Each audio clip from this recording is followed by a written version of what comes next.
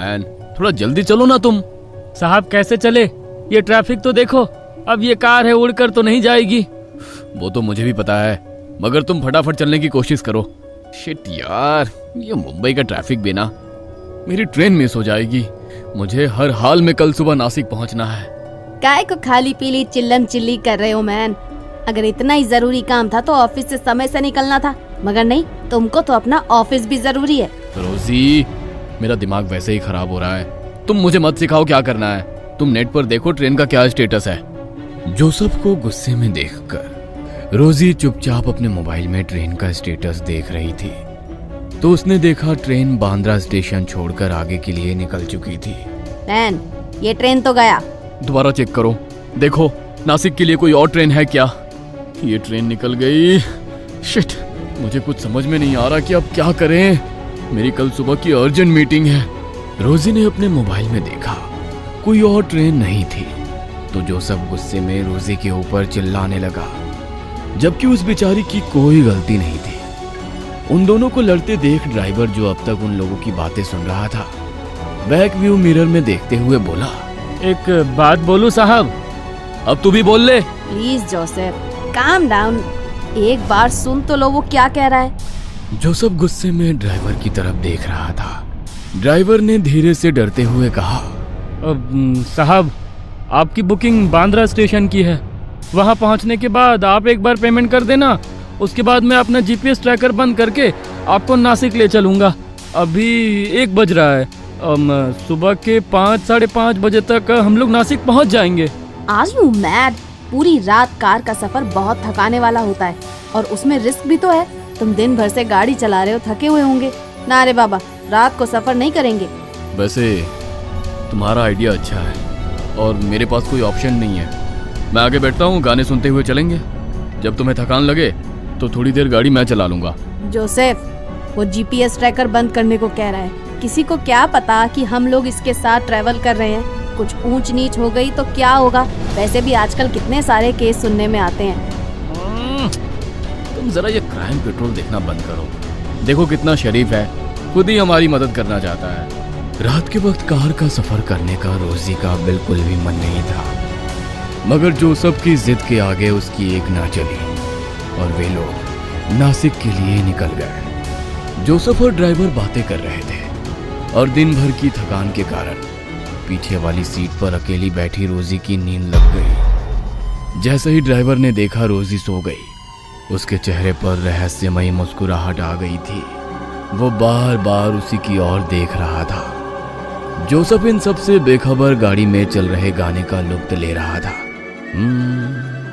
ये शाम मस्तानी मदहोश किए जा, मुझे दूर कोई खींचे तेरी ओर लिए जा। कुछ देर बाद गाड़ी हाईवे पर रुकी। जैसे ही गाड़ी रुकी, रोजी घबरा कर उठी और वो ड्राइवर और जोसेफ को देखने लगी, मगर उसे कार में कोई भी नजर नहीं आया। पूरी रोड सुनसान पड़ी थी। जंगल की बीचों बीच सड़क पर खड़ी कार को देख वो घबरा गई। वो कार के कांच में से ही इधर उधर देख रही थी।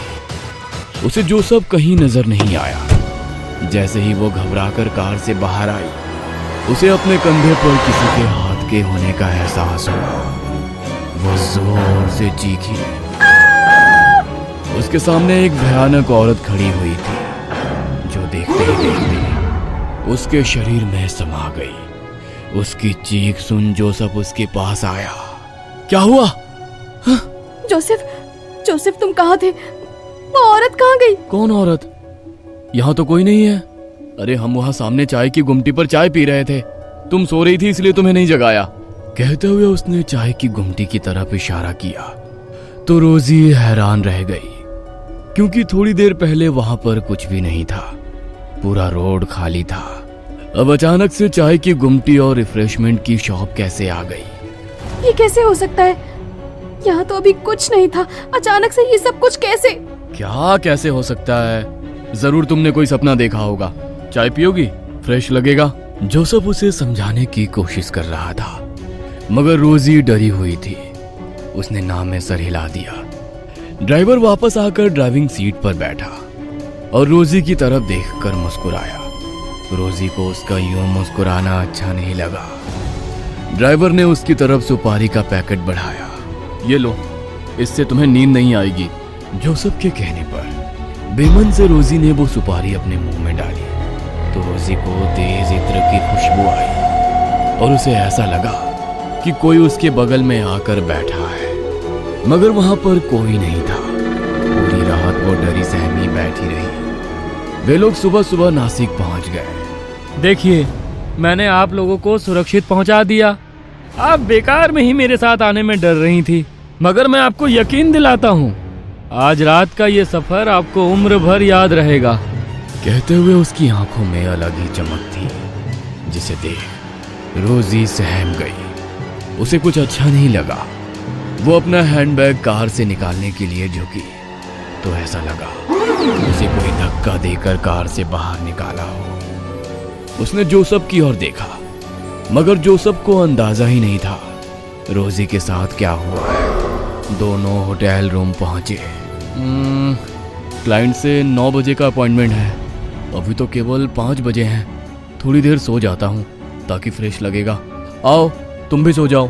कहते हुए उसने रोजी को अपने पास बुलाया, मगर रोजी का मन खराब था तो वो रूम की बालकनी में जाकर बैठ गई। सुबह का उगता हुआ गुलाबी सूरज, ठंडी ठंडी हवाएं, चिड़ियों का कलरव उसके बेचैन मन को थोड़ा सा शांत कर रहा था। वहां बैठे बैठे उसे 2 घंटे बीत गए। उसे पता ही नहीं चला। जब उसने घड़ी की ओर देखा तो उसे पता चला। ओह माय गॉड, 2 घंटे से मैं यहीं पर बैठी हुई हूँ। कुछ देर में जोसेफ भी उठ जाएगा। उसके उठने के पहले रेडी हो जाती हूँ। वो वॉशरूम में अपना मुंह धो रही थी। मुंह धोते हुए उसने देखा उसकी गर्दन पर किसी के नाखून के निशान थे। वो हैरान हो गई।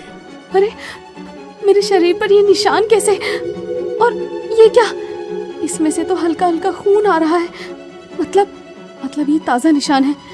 कैसे आ गए ये निशान? कुछ समझ में नहीं आ रहा है। कल रात तक तो नहीं थे, मुझे पता ही नहीं चला और ये निशान बन गए। वो उन निशानों को देख ही रही थी कि उसे जोसेफ की आवाज सुनाई दी। रोजी, पिछले 1 घंटे से वॉशरूम में क्या कर रही हो? मुझे भी तैयार होना है, क्लाइंट हमारा वेट कर रहा होगा। जोसेफ की बात सुनकर रोजी हैरान हो गई कि वो अभी तो वॉशरूम आई थी, 1 घंटा कैसे हो गया। वो केवल मुंह धोकर बिना नहाए ही वॉशरूम से बाहर निकल गई और ड्रेसिंग टेबल के सामने खड़े होकर अपने बालों को संवार रही थी। तभी जोसेफ रेडी होकर उसके पीछे खड़ा था। रोजी, क्या हुआ? तबीयत ठीक नहीं है क्या? पिछले आधे घंटे से देख रहा हूँ तुम कांच के सामने केवल हेयर ब्रश लिए खड़ी हो। क्या हुआ है, बोलो। जोसेफ की बात सुनकर जैसे ही रोजी ने देखा, जोसेफ रेडी था, मगर रोजी का तैयार होना बाकी था। यहाँ तक कि उसने कपड़े भी नहीं बदले थे। उसे समझ नहीं आया कि केवल कांच के सामने खड़े खड़े इतना समय कैसे निकल गया। रोजी, तुम्हारी तबीयत ठीक नहीं लग रही है। शायद रात में ट्रैवल किया है, इसलिए तुम्हें अनईजी लग रहा है। नासिक पहुंचकर भी मैंने कहा था थोड़ी देर आराम कर लो, मगर तुम बालकनी में बैठी थी। अब ऐसा करो, तुम आराम करो, मैं क्लाइंट से मिलकर आता हूँ। कहते हुए जोसेफ रूम से बाहर चला गया। होटल के उस बड़े से कमरे में रोजी अकेली थी। वो अभी भी वही ड्रेसिंग टेबल के सामने बैठी थी। उसकी आंखों के नीचे काले घेरे नजर आने लगे। वो वहां से जैसे ही उठी, आईने में से एक हाथ बाहर आया और उसने रोजी का गला दबाया। वो डरते हुए पलटी। कौन है? कौन है यहाँ पर? कांच में उसे उसी भयानक औरत की शक्ल नजर आ रही थी जो उसे रास्ते में मिली थी। रोजी डरते हुए कांच से 2 कदम दूर हटी, मगर वो औरत रोजी के और करीब आ गई। कौन हो तुम? कल रात से मेरा पीछा क्यों नहीं छोड़ रही हो? चली जाओ यहाँ से, प्लीज चली जाओ। कहते हुए रोजी अपने आसपास रखे हुए सामान से उस औरत पर वार करने लगी, मगर उस पर उन वारों का कोई असर नहीं था। वो धीरे धीरे रोजी की तरफ आगे बढ़ रही थी। रोजी पलंग पर जा गिरी। वो भयानक औरत उसके सीने पर सवार हो गई। रोजी को लगा अब वो नहीं बचेगी। डरते हुए आंखें बंद कर ली, मगर कुछ देर बाद जब उसने आंखें खोली तो उसके आसपास खून ही खून फैला हुआ था। यह देख वो डर गई। उसके सीने पर सवार वो औरत कच्चा मुर्गा चबा रही थी। जैसे ही रोजी ने आंखें खोली, उस औरत ने उसकी गर्दन पर अपने दांत गड़ाए और उसका खून चूस कर गायब हो गई। तभी दरवाजे की घंटी बजी।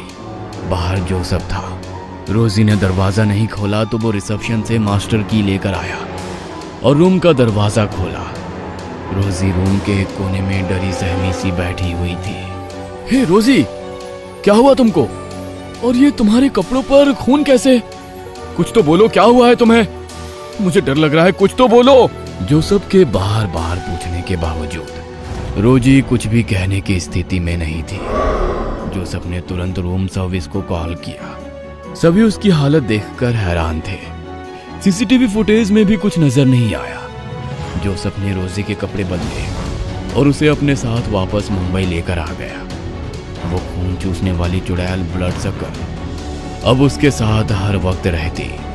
वो किसी को भी नजर नहीं आती, वो सिर्फ रोजी को ही नजर आती थी। रोजी उसके सामने आने के बाद अजीब व्यवहार करती थी। धीरे धीरे उसका शरीर सूखता जा रहा था। जोसेफ उसे लेकर कहीं डॉक्टर के पास भी गया, मगर किसी भी डॉक्टर के पास उसका कोई इलाज नहीं था। तब किसी ने उसे रोजी को चर्च ले जाने की सलाह दी। ब्लड सकर, ये क्या होता है? ये वो खून की प्यासी आत्माएं हैं जो अनंत काल तक इस धरती पर रहेंगे। उनकी मुक्ति संभव नहीं है। यह अपने शिकार को ना तो जिंदा रहने देती है, ना ही मरने देती है। इससे छुटकारा पाने का केवल एक उपाय है कि इसे किसी और के ऊपर छोड़ दिया जाए। फादर, ये क्या बात हुई कि अपनी परेशानी किसी और के ऊपर छोड़ दी जाए? यही इसका रूल है। किसी ने इसके ऊपर उसे छोड़ा है। दूसरी तरफ वो टैक्सी ड्राइवर अपनी बेटी के साथ डिनर कर रहा था। मैं बहुत खुश हूँ बेटा कि अब तू पूरी तरह से ठीक हो गई, वरना उस चुड़ैल ने तो तुझे कंकाल बना दिया था। उस रात वो मेम साहब के ऊपर मैंने तेरी कहते हुए वो मुस्कुराने लगा। जोसेफ आज भी रोजी की गिरती हालत से परेशान है। ब्लड सकर उसे ना ढंग से जीने दे रही है और ना मरने। जोसेफ का ज़मीर उसे किसी और के ऊपर छोड़ने की इजाजत भी नहीं दे रहा है। उस रात अनजान व्यक्ति के साथ किया गया रात का सफर जोसेफ और रोजी की जिंदगी में हमेशा के लिए दुख की लंबी रात बनकर आ गया। कहीं आप भी तो ऐसे किसी अनजाने सफर पर नहीं है? सावधान।